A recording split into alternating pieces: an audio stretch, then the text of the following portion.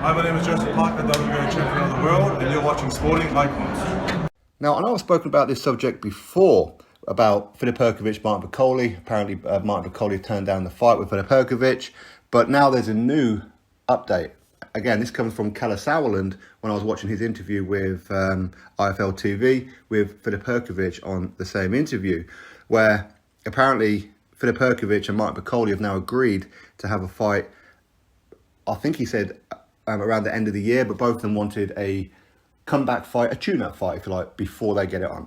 Okay, and that's fine, and that'll be for the IBF mandatory, because Filip Hrgovic, he can only fight somebody who's in the top 15 of the IBF, because obviously that's the IBF ruling, okay? Him versus somebody for the IBF mandatory, so it has to be in the top 15. And the way that it works is that you start off at the top and you work your way down, all the way through, you keep on going. So for them to have got to Martin Bakole, who's currently ranked number 15, that means 14 opponents have turned it down. 14. Charles Martin, Alexander Usyk, he wouldn't have been offered it because obviously he's fighting Joshua as the WBO mandatory. So correction on that one. So Usyk would not have been offered it. Joseph Parker would have turned it down apparently. Joe Joyce would have turned it down. Andy Ruiz Jr., Ajit Kabiel, Tony Yoka, Luis Ortiz, Dempsey McKean, Otto Wallin, Zhilei Zhang, Hughie Fury, all turned it down. Now, the only one that really kind of stands out that does surprise me that would turn it down would probably be Hughie Fury, because I think that Hughie Fury, he'll fight anybody, honestly. So I'm very surprised that they've done that, but I kind of get the inclination from what Kalle Sauerland is saying is that definitely the top 10, every single one of those have been offered to fight, and all of them turn it down.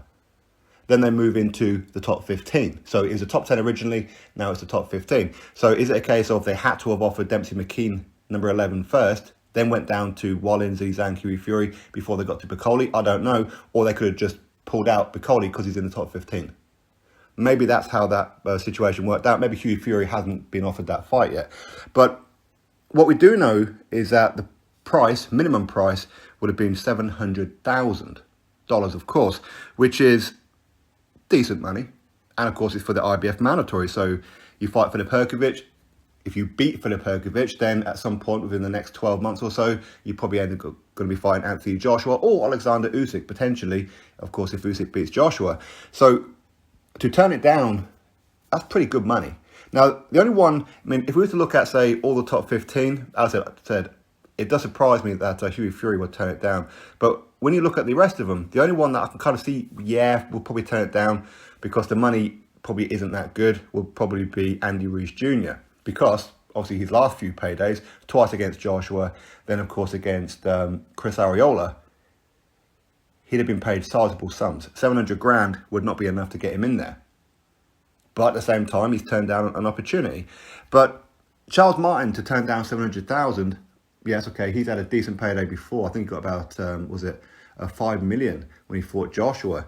But everybody else don't earn that much. Joseph Parker does, I suppose. Or at least he has done. Lately, probably not. Although against Derek Chisora, he would have got paid quite handsomely. Joe Joyce, he don't get paid too much. So it surprises me with Joe Joyce, because Joe Joyce says, I'll fight anybody, I mean, firstly, Hrgovic and Joyce, that would be a rematch from the amateurs, right, from the Olympics. But the thing is with Joe Joyce, he has turned down Hrgovic once before. So from that perspective, I'm not surprised that he's turned it down. Does he not really fancy a fight with Filip Hrgovic? I don't know. Or maybe Frank Warren doesn't. Maybe Sam Jones don't. I don't know. So maybe they turned it down on his behalf. But when you start to get into the people like Ajit Kabiel, who's he fighting? Where's he going? I mean, he's former European heavyweight champion. He vacated the belt because he didn't want to go fight Joe Joyce for the European Commission, the EBU, ordered him to defend that belt against Joe Joyce. So he vacated it instead. So that's a clear duck. Tony Yoka, that's a real duck.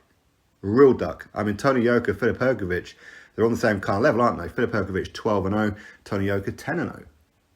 Why would Tony Yoka turn it down? Now, we know that he earns okay money, especially when he fights in France. You know, he's a bit of a golden child over there. But to turn down an opportunity to fight for the IBF mandatory is madness. Luis Ortiz doesn't surprise me. Luis Ortiz doesn't want to fight anybody unless it's going to be for a world title. Luis Ortiz has history of turning down big money. before. He turned down 2 million to fight Dillian White. He turned down 7 million to fight Anthony Joshua. So he can go fight Deontay Wilder for $500,000. But that's the only kind of decent payday that Luis Ortiz has got. But at the same time, it's for the IBF mandatory. Why would he not want to fight Filip Hrgovic? That doesn't make any kind of sense to me. Dempsey McKean, I don't know what kind of money he makes potentially, but again, that was an opportunity for him. So if he's been offered it, that's a shame. It really is a shame. Otto Wallin, that surprised me a little bit because I do get the impression Otto Wallin is a guy who would fight anybody, to be honest with you. Zhilei Zhang, that would just be suicide. It would be, let's be brutally honest. Again, Hughie Fury, as I said, that would really surprise me. But again, Filip Hrgovic, he can't offer anybody else to fight outside the top 15. Okay, so he can't offer, say, Tyson Fury to fight because he's WBC heavyweight champion. He can't offer, say, Dillian White to fight because he's WBC interim champion. And of course, he's not ranked in the top 15. Can't offer Deontay Wilder the fight because again he's not ranked in the top 15, and of course he's already agreed to have that fight with Tyson Fury.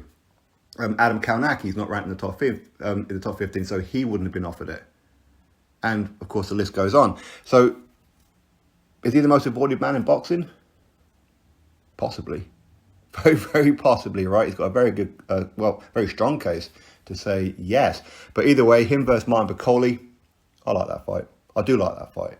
I do favour Filip Hrgovic in that fight, only just though, only just. But it'd be a very interesting fight. I think these two will just stand in the ring and just go toe-to-toe.